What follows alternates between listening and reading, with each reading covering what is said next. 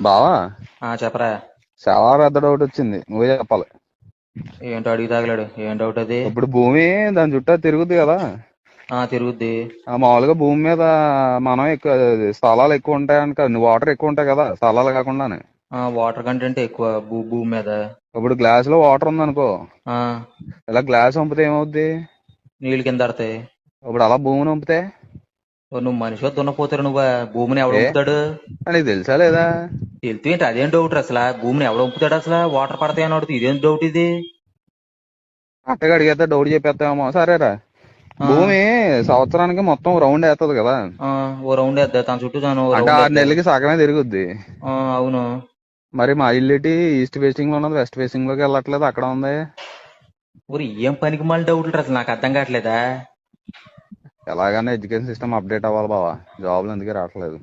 ఈ ఏంటి చిన్న చిన్న డౌట్లు కూడా తేలపోతే ఎలా మనకి?